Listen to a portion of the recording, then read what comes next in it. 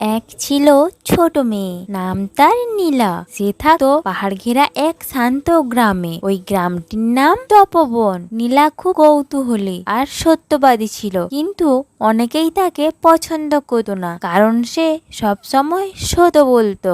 এক রাতে নীলা স্বপ্নে দেখলো এক সাদা চূড়ার গাছ তার সঙ্গে কথা বলছে। গাছটি বলল, আমি স্বপ্নবৃক্ষ, যারা সত্য বলে তারাই আমার ফল খেতে পারে। পরদিন সকালে নীলা দাদুর সঙ্গে সেই গাছ খুঁজতে বের হয়। অনেক হাঁটার পর তারা পৌঁছয় এক অদ্ভুত বনের ভেতর। নীলা চিৎকার করে বলে, এই তো স্বপ্নবৃক্ষ। দাদু মজা করে বলেন, আমি এক ডজন আম চুরি করেছি। সঙ্গে সঙ্গে গাছ চুপ হয়ে যায়। নীলা বলে, আমি কখনো চুরি করিনি। গাছ থেকে ঝরে পড়ে এক রূপালী ফল। স্বপ্নবৃক্ষ বলে, রূপর নদীর পথে যাও। নীলা অনেক দূরে গিয়ে দেখে এক শান্ত নদী।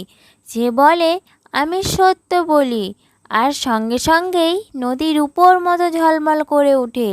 রাজার কানে এই কথা পৌঁছায়। সে বলে, আমি সবার ভালো চাই, কিন্তু নদী চুপ থাকে।